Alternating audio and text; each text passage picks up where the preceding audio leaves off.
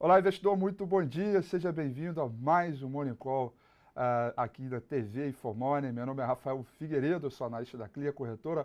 Hoje, terça-feira, dia 25 de agosto de 2015.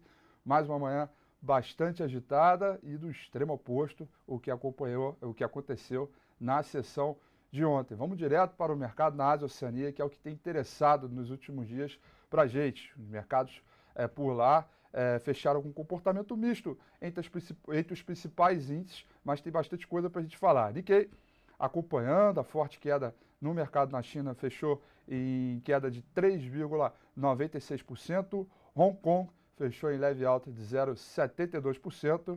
E a bolsa na China, o principal índice de Xangai, fechou em queda de menos 7,6%. Bom, fechou em queda, tá ok? Mas assim que os mercados pela China já estavam fechados e os futuros europeus já estavam abertos, inclusive até uma praça ou outra já estava inclusive aberta, a China divulgou o comunicado ao mercado que injetou 23 bilhões de dólares no mercado, né, comprando títulos, e também reduziu a sua taxa de compulsório e a sua taxa de juros. Taxa de juros, se eu não me engano, se não me falha a memória, é a quarta vez no ano já que vem fazendo isso. É uma medida já, o mercado esperava que o Banco Central chinês fizesse isso ontem. Não fez. Depois de toda a desandada que o mercado internacional deu, ele fez nessa noite, nessa manhã, digamos assim, depois que os mercados já estavam fechados. Então, já de largada, eu imagino que amanhã as bolsas na China, independente do noticiário, já devam responder positivamente, eu imagino isso, a esse noticiário, porque a Bolsa da China já estava fechada. Se a Ásia Oceania vai recuperar ou se a Europa vai manter esse ponto, esse clima de forte alta, eu não sei. Mas esse noticiário era mais ou menos o que o mercado estava esperando, que era um jogo de incentivo aí para o mercado para buscar uma luz do fim do túnel.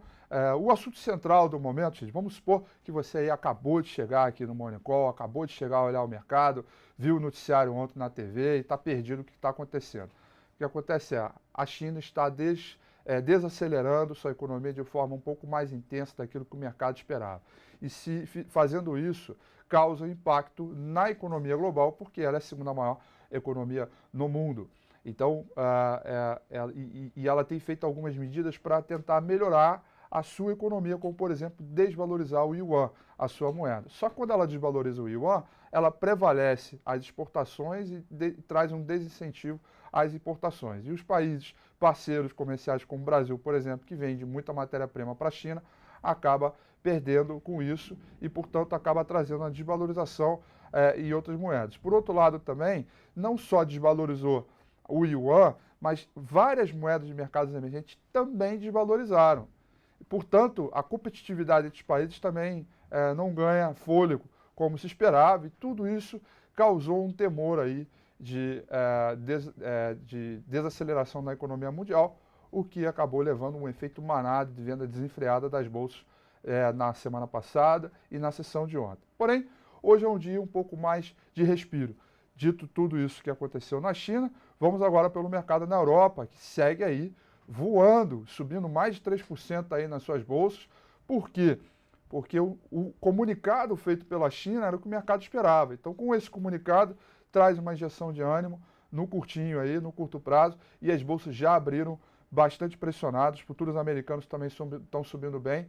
Vamos ver como é que está as bolsas na Europa, depois da gente falar aqui do petróleo. O petróleo também sobe 2,64%, ainda cotado abaixo dos $40 o barril, em 39,23, e o minério de ferro subiu 0,32%, cotado a 53,45. As principais praças pela Europa estão no terreno positivo, conforme eu falei. O índice FTSE, né, em Londres, opera em alta de 3,47%.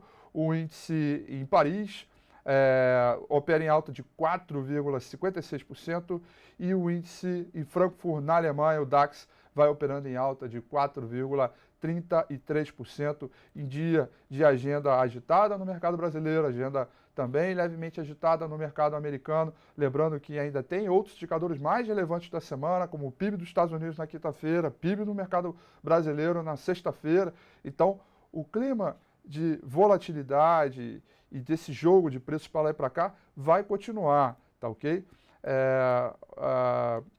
E aí a gente tem que também ter uma atenção especial para o nosso mercado. Por quê? Porque o Senado vai começar a votar a Agenda Brasil, né, testando um pouco de trégua política aí, após o entendimento entre Renan e o presidente do Senado, né, e os ministérios, e o Congresso e o governo. O TSE avalia a ação contra Dilma, isso é outra coisa importante também, que pode causar um novo rebuliço, temor, e volta a palavra impeachment à tona aí. E a Dilma, ontem, pela primeira vez, né, admitiu erros do governo em encontrar saídas, né, em dizer que reconheceu tarde demais os problemas, né? Então, isso, de alguma maneira, é uma forma dela tentar se aproximar de novo com o mercado, se aproximar com aqueles que estão contra, ou seja, é um governo de baixa popularidade que está ali baixando um pouquinho a bola, e eles estão tentando de todas as maneiras se aproximar de novo, tentando retomar aí um pouco, tentando buscar um pouco aí de confiança, tá ok?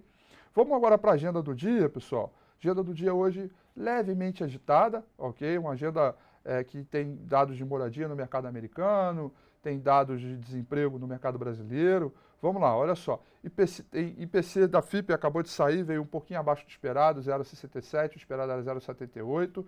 Depois, às 9 horas da manhã, temos taxa de desemprego no mercado brasileiro, taxa de desemprego nacional, ok? O esperado é de 8,3%.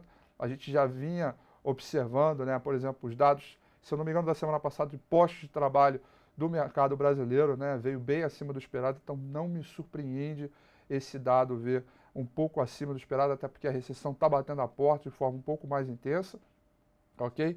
Tem índice de preço de casas do mercado americano, e aí 10 horas da manhã tem uma série de pequenos indicadores não tão relevantes, índice de casa Chile, o índice composto, SS composto, mas o indicador mais relevante começa para as 10h30, tá ok? Que é o saldo de conta corrente do mercado brasileiro e o investimento estrangeiro direto, também outro indicador relevante também para avaliar o sentimento, né, do investidor estrangeiro para o mercado brasileiro. E às 15 para as 11 tem o PMI composto do mercado americano, tanto do composto quanto de serviços, sai às 15 para as 11 e 11 horas, finalizando essa sequência de indicadores aí de mercados, tanto brasileiro quanto americano. Às 11 horas sai o índice de confiança do consumidor, outro indicador também relevante para poder avaliar a atividade econômica, porque confiança do consumidor maior, espera-se que haja um pouco mais de consumo, e um pouco mais de consumo pode impactar na inflação, e o indicador de inflação é o que o Banco Central também tem olhado, tem visto de perto, para poder interpretar se no curto prazo vai mesmo subir a taxa de juros ou não, se vai deixar isso para o janeiro, fevereiro do ano que vem. Ok? Então, tem aí uma série de dados importantes. Eu queria agora passar aqui para o gráfico do índice Bovespa, para a gente mostrar um pouquinho como é que foi a avaliação, como é que foi o comportamento do mercado ontem, né? Olha, é de comum acordo de todos os analistas técnicos com quem eu tenho conversado, que essa zona aqui, que está compreendida entre a forte região de resistência no 45.860, anti-suporte, e a região de suporte testada ontem no 44.200 pontos, está ali previsto que o mercado, essa região é uma região de fortíssimo suporte. Por quê? Se você olhar o gráfico semanal, a gente bateu ontem em níveis de 2009 aqui, né? Março, abril, maio de 2009. Então, se a gente olhar a cotação em dólar, né, a gente já perdeu esse fundo aqui da crise de 2008. Então, há um certo consenso que essa região é uma região de forte suporte. E forte suporte, gente, é uma região onde pode interromper o processo de queda, nem que seja por um curto espaço de tempo. E aí eu queria deixar um recado importante para o nosso amigo que está ouvindo aqui, que acompanha o nosso Morning Call todos os dias. Gente, hoje é o dia que realmente separa aquele que tem experiência versus aqueles que são inexperientes. É muito óbvio, a gente tem aqui 4 semanas de intensa queda no mercado brasileiro. Hoje, espera-se um respiro mais forte, até porque os futuros americanos estão bombando, subindo mais de 3%. Então vamos ter gap de alta, o mercado vai abrir pressionado, não tenho dúvidas quanto a isso. Tenho dúvidas quanto a Petrobras e a Vale. A Vale por conta da China, né? A desaceleração da China não é bom para a Vale de nenhuma maneira. Isso já vem sendo refletido no preço.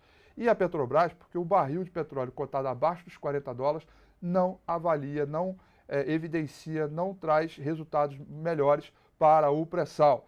Então, a Petrobras também não deve se responder muito fortemente. Agora, demais papéis que estavam ali quase dando short squeeze, CSN, Gerdau, Minas, tal, entre outros papéis de energia elétrica, empresas ligadas ao setor financeiro, isso eu espero que de repente venham ter uma forte pressão compradora hoje.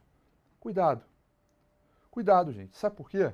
Porque o mercado, primeiro, ele está claramente em tendência de baixa. Não ache você que o mercado hoje, se subir 4%, não vai ser nada perante a tudo que ele avançou, tudo que ele caiu.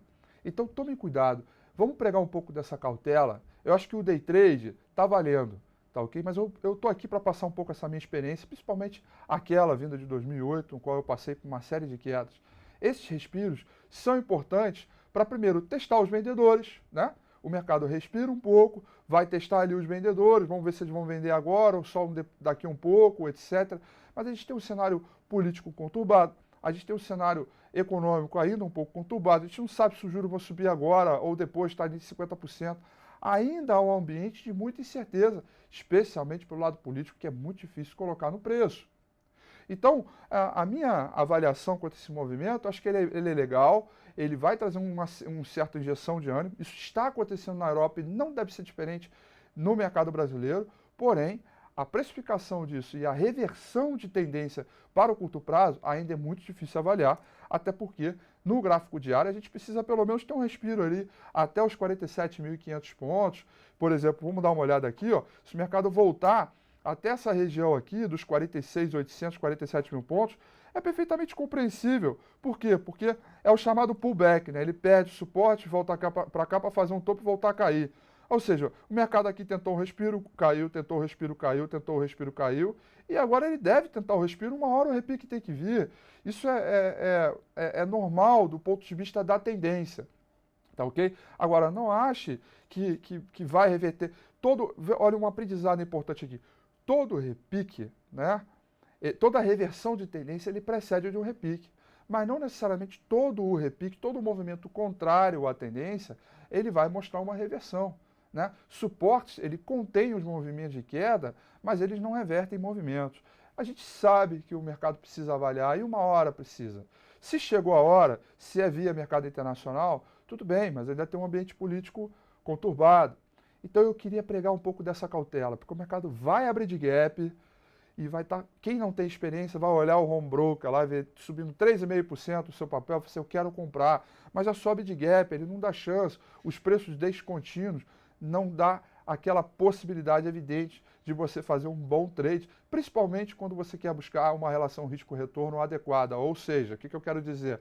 Buscar um retorno, um certo retorno para um determinado risco. Mas quando abre com certo gap, esse risco ele fica muito alto, porque os preços foram descontínuos. Então fica a dica dessa experiência, aproveito para convidar você a participar das salas de análise, né, onde eu vou estar lá, porque essa experiência eu passei ontem para todo mundo, e quem foi com a gente, né, se deu um pouco bem. Ontem a gente concluiu uma série de objetivos de queda, a Eletropaulo fizemos 17% de rentabilidade, BB Seguridade fizemos 18% de rentabilidade positiva, Vale ON batemos também no objetivo com 21% de rentabilidade, tudo fazendo venda descoberta. Então a gente já bateu em objetivos e agora que eu já cravou o meu objetivo, não custa nada descer os stops, daqueles que eu estou vendido para a máxima de ontem, e deixar levar e se preparar para a tendência de baixa. Para cima é tendência, para cima é repique e para baixo é tendência. Fica a dica aí para o nosso amigo investidor. Vamos com tudo para esse mercado terça-feira que está reservando fortes emoções. E eu aguardo você amanhã aqui no Morning Call, nesse mesmo horário, às 8h35, para falar um pouco mais de mercado e passar essa experiência para vocês. Tudo de bom, bons negócios e até amanhã. Valeu, galera.